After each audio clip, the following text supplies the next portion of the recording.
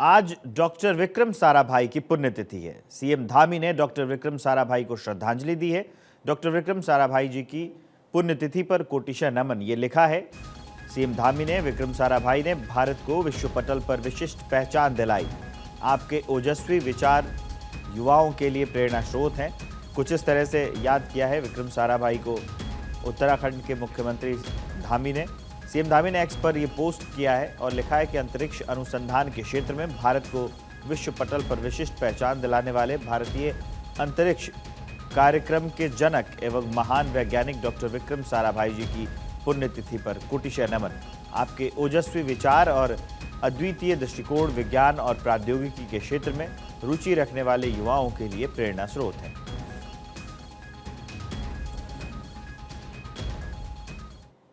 CM Pushkar Singh Dhami का x पर post, Chamoli के गोपीनाथ मंदिर का वीडियो पोस्ट किया है। गोपीनाथ मंदिर भगवान भोलेनाथ को समर्पित है। यह मंदिर लाखों श्रद्धालुओं की आस्था का भी केंद्र है। सीएम धामी ने एक्स पर पोस्ट कर लिखा है, सुंदरता और ताजे और शांत वातावरण के कारण यह स्थान आकर्षण का केंद्र है। अपनी शीतकालीन यात्रा के दौरान यहां अवश्य पधारें।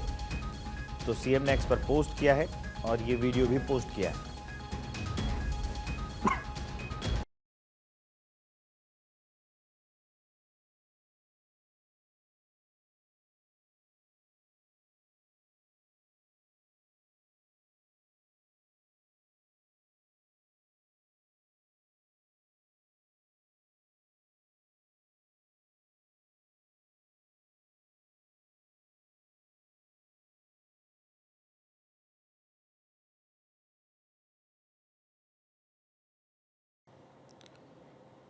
बीजेपी ने नगर निगम प्रत्याशी की दूसरी सूची जारी की है। देहरादून से सौरभ थपलियाल बीजेपी के उम्मीदवार हैं।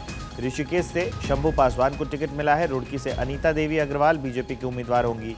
हल्द्वानी से गजराज सिंह बिष्ट को टिकट दिया गया है। काशीपुर से दीपक बाली को भाजपा से टिकट दिया गया है। तो एक बार मैं फिर आपको ये नाम बता देता हूँ। बीजेपी ने नगर निगम प्रत्याशियों की जो दूसरी लिस्ट है वो जारी कर दी है। देहरादून से सौरभ थपलियाल को दिया गया है टिकट और इसके अलावा ऋषिकेश से शंभू पासवान जो है वो होंगे बीजेपी के प्रत्याशी। रुड़की से अनीता देवी अग्रवाल होंगी बीजेपी के उम्मीदवार। हल्द्वानी से गजराज सिंह बिष्ट को टिकट दिया गया है। काशीपुर से दीपक बाली को भाजपा ने टिकट दिया है। वो जो लिस्ट है वो भी हम आपको दिखा रहे हैं। सीएम धामी ने बीजेपी के सभी प्रत्याशियों को शुभकामनाएं दी है। नगर निकाय चुनावों के लिए घोषित सभी प्रत्याशियों को बधाई दी है। सीएम धामी ने लिखा है कि मुझे विश्वास है उत्तराखंड की जनता बीजेपी को अपना समर्थन देगी। सीएम धामी ने एक्स पर पोस्ट कर लिखा है कि भारतीय जनता पार्टी उत्तराखंड द्वारा आगामी नगर निगम चुनावों के लिए घोषित सभी प्रत्याशियों को हार्दिक बधाई एवं शुभकामनाएं। मुझे पूरा विश्वास है कि ये निकाय चुनाव में उत्तराखंड की देवतुल्य जनता भाजपा को अपना बहुमूल्य समर्थन देगी और इस चुनाव में भाजपा उम्मीदवारों की ऐतिहासिक विजय सुनिश्चित करेगी। जो लिस्ट आई है उस पर सीएम धामी ने शुभकामनाएं दी है उम्मीदवारों को और शुभकामनाएं देते हुए ये लिखा है कि भारतीय जनता पार्टी उत्तराखंड द्वारा आगामी नगर निगम चुनावों के लिए घोषित सभी प्रत्याशियों को हार्दिक बधाई एवं शुभकामनाएं।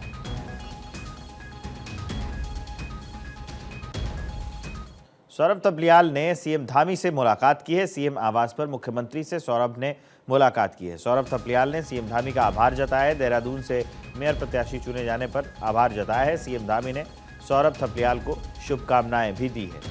सौरभ थपलियाल को शुभकामनाएं दी गई हैं। देहरादून से मेयर प्रत्याशी चुने जाने पर आभार भी जताया है। उसी की जो तस्वीरें हैं वो हम आपको दिखा रहे हैं। सौरभ थपलियाल ने सीएम धामी से मुलाकात की और मुलाकात करने पर कैसे जश्न का माहौल वहां बन गया था वो तस्वीर हम आपको दिखा रहे हैं। सीएम आवास पर मुख्यमंत्री से सौरभ ने मुलाकात की है। सौरभ थपलियाल ने सीएम धामी का आभार जताया और देहरादून से मेयर प्रत्याशी चुने जाने पर आभार जताया है। सीएम धामी ने सौरभ थपलियाल को शुभकामनाएं दी। जब वो मुलाकात करने के लिए पहुंचे थे तो कैसे जश्न का माहौल बन गया था उसकी तस्वीर हम आपको दिखा रहे हैं।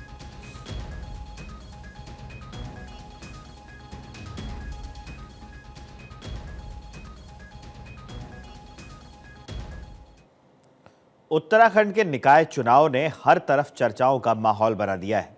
जनता क्या सोचती है, क्या चुनावी मुद्दे वही पुराने हैं या इस बार उम्मीदों का मिजाज कुछ बदला हुआ है? हमारे संवाददाता अजहर मलिक ने जसपुर में जनता के बीच जाकर इन सवालों का जवाब तलाशा। आइए जानते हैं इस खास रिपोर्ट में। स्थिति है चुनाव को लेकर जसपुर की स्थिति बहुत अच्छी है, वसीम भाई की है और हर बिरादरी से उनको वोट मिलेगा। वसीम भाई किस सिंबे से चुनाव लड़ने की? हाँ, हाथी का निशान है उनका। और कौन कौन है उनके? बहुजन समाज पार्टी। उनकी फाइट किससे मानते हैं? फाइट का इस वक्त तो फिलहाल हम अकेले को समझ रहे हैं। अकेले ही है। कांग्रेस ने भी अपना कैंडिडेट उतारा होगा, उसको लेकर क्या कहना है? देखो, कांग्रेस ने अगर अपना कैंडिडेट उतारा है तो पैसे वाला तो कहीं भी उतर जाएगा, पहले समझ लीजिए। लेकिन वो कम पैसे वाला, कम उसका, लेकिन उसकी बात सब जगह बहुत अच्छी है। वसीम सिद्दीकी जिसका नाम है, तो वो उसको हम चाहते हैं कि हम उसको वोट भी दें, सपोर्ट भी करें, और कांग्रेस तो कुछ दिनों में यहाँ से ख़त्म ही हो जाएगी। विकास को ऊपर वो देने वाले हैं वोट, विकास को लेकर के। मतलब इतने टाइम में अभी तक कोई लगा, कांग्रेस के राज में भी कोई विकास हुआ नहीं जसपुर में, तो विकास के मुद्दों। कौन रहने वाला आपका प्रत्याशी? कौन होगा प्रत्याशी? वसीम भाई। और इस खबर को विस्तार देने के लिए और ज़्यादा समझाने के लिए हरीश मेरे सहयोगी आपको स्क्रीन पर दिख रहे हैं, सीधा उनके पास लिए चलते हैं। हरीश, पूरी तैयारियां हो गई है, दोनों पार्टियों ने अपनी कमर कस ली है। जी विवेक, देखिए उत्तराखंड में नगर निकाय चुनाव को लेकर के सभी राजनीतिक दलों ने अपने प्रत्याशी मैदान में उतार लिए हैं और जो सस्पेंस रविवार तक बना हुआ था कि नगर निगम के जो मेयर पद के जो प्रत्याशी हैं उनके नामों पर, उस नाम से भी पर्दा हट गया है, क्योंकि सबसे ज्यादा जो हॉट सीट मानी जा रही है वो देहरादून राजधानी की महापौर की नगर निगम की सीट है, दूसरा रुड़की, तीसरी जो हल्द्वानी की सीट। इन 3 सीटों पर सबसे रोचक मुकाबला माना जा रहा है। साथ ही साथ कोटद्वार नगर निगम तो यहाँ पर सबसे पहले देहरादून नगर निगम की यदि हम बात करें, यहाँ पर 2 प्रत्याशी, चाहे वो बीजेपी के हों या कांग्रेस के हों, भाजपा ने सौरभ थपलियाल को अपना प्रत्याशी बनाया है तो कांग्रेस ने वीरेंद्र पोखरियाल को अपना प्रत्याशी बनाया है।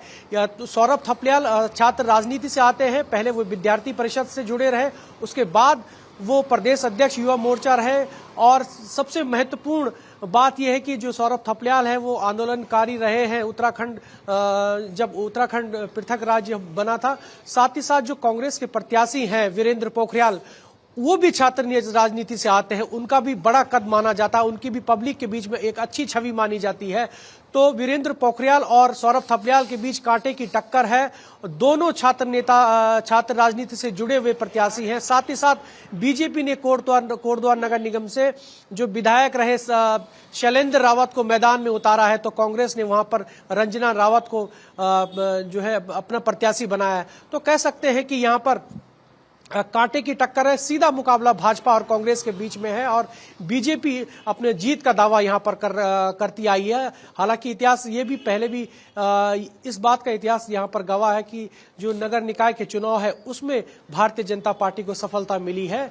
कई सीटों पर जो है निर्दलीय हावी है, तो ऐसे में क्या कुछ सामंजस्य बिठाना है वो बीजेपी अच्छी तरीके से जानती है और इसको लेकर के इन्होंने पार्टी संगठन ने बड़ी रणनीति बनाई है। पहले भी पार्टी संगठन के लोगों ने अपने अपने जो कार्यकर्ता हैं, बूथ स्तर के जो कार्यकर्ता हैं, उनको यहाँ पर जो है उनकी बैठक ली है। तो कह सकते हैं कि यहाँ पर जो नगर निकाय का चुनाव है बड़ा रोचक है और जो राजधानी देहरादून के जो मेयर पद के प्रत्याशी हैं सौरभ थपलियाल, उन्होंने मुख्यमंत्री पुष्कर सिंह धामी से आशीर्वाद प्राप्त किया और उन्होंने जीत का आश्वासन दिया कि जरूर यहां पर बीजेपी सफल होगी। तो कह सकते हैं कि यहां पर जो नगर निकाय का चुनाव है वो रोचक बना हुआ है। जी ठीक है हरीश, आप हमारे साथ जुड़े रहिए। एक और अपडेट है, उत्तराखंड में आज से अगले 4 दिनों तक मौसम साफ रहेगा।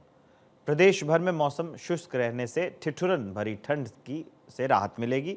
प्रदेश में 2 दिनों तक बारिश और बर्फबारी के बाद रविवार को मौसम साफ रहा। धूप खिलने से ठंड से थोड़ी राहत मिली।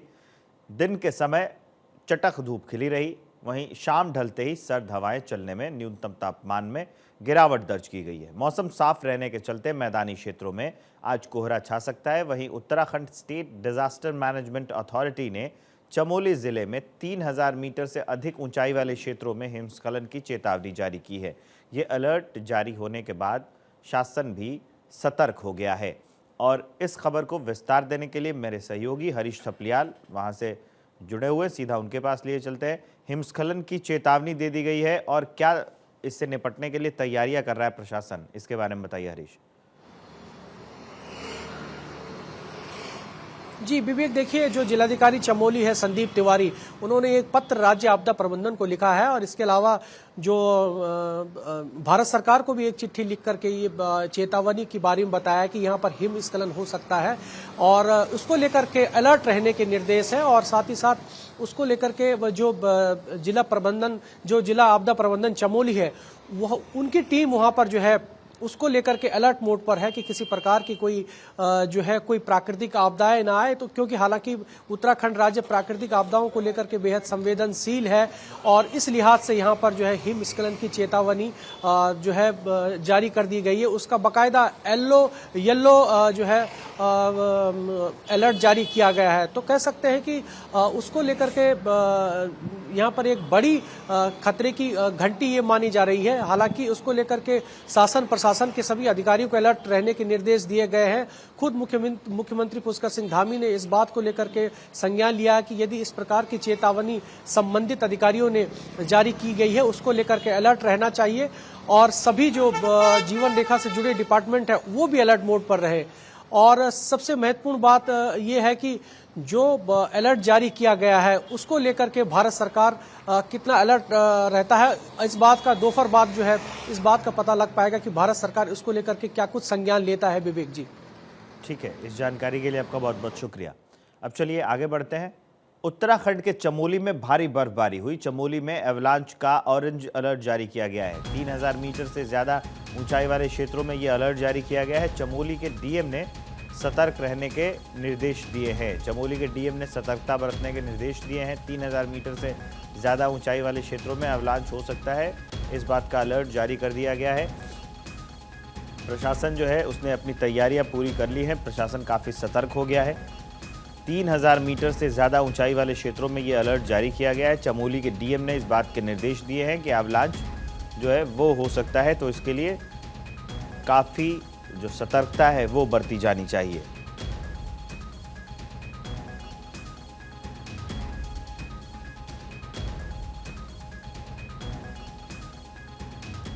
नए साल पर पहाड़ों पर बर्फबारी की तस्वीरें आने लगी हैं। बर्फबारी से उत्तराखंड के टूरिस्ट प्लेस पर सैलानियों की भीड़ बढ़ती जा रही है। ऐसे में आपको बता दें कि उत्तराखंड में कई फेमस टाइगर रिजर्व भी हैं और बाघों को देखने के लिए ये समय सबसे सही माना जाता है। इसी कड़ी में नए साल के जश्न के लिए कालागढ़ टाइगर रिजर्व भी पूरी तरह से तैयार हो चुका है। केटीआर के सभी गेस्ट हाउसेस की पर्यटकों ने एडवांस बुकिंग कर ली है। उधर दूसरी ओर डे विजिट और नाइट स्टे के लिए Kalagarh tiger reserve advance book है।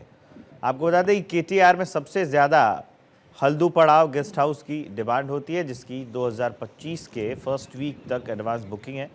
इस बारे में और भी अधिक जानकारी दी है कालागढ़ टाइगर रिजर्व के डेप्यूटी रेंजर रविंद्र देव ने।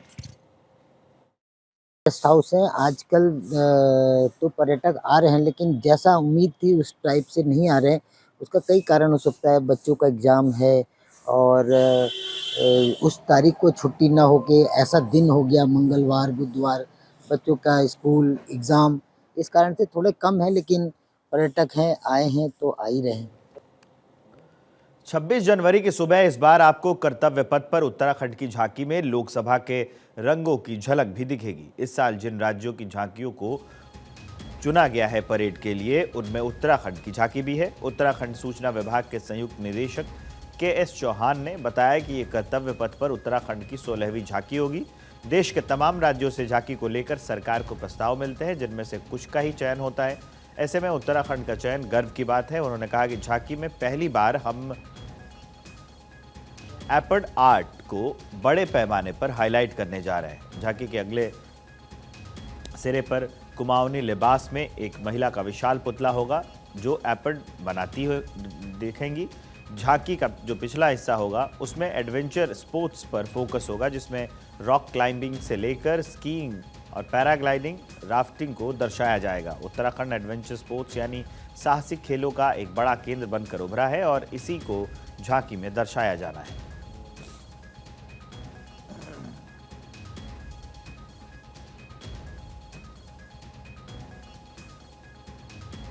देहरादून की नवनियुक्त नगर आयुक्त नमामि बंसल ने देहरादून के विभिन्न गार्बेज वल्नरेबल पॉइंट्स का निरीक्षण किया। निरीक्षण के बाद नगर आयुक्त नमामि बंसल ने कहा कि अगर निगम क्षेत्र के अंतर्गत 100 गार्बेज वल्नरेबल पॉइंट्स चिन्हित किए गए थे, जहां पर स्थानीय लोगों को अमूमन कूड़ा फेंकते देखा जाता है, जिनमें से 29 जीवीपी को अच्छा बनाने का प्रयास किया गया ताकि वहां पर कूड़ा ना डाला जाए। साथ ही उन्होंने कहा कि इसी प्रयास के साथ 100 जीवीपी के सौंदर्यीकरण की योजना भी बनाई गई है।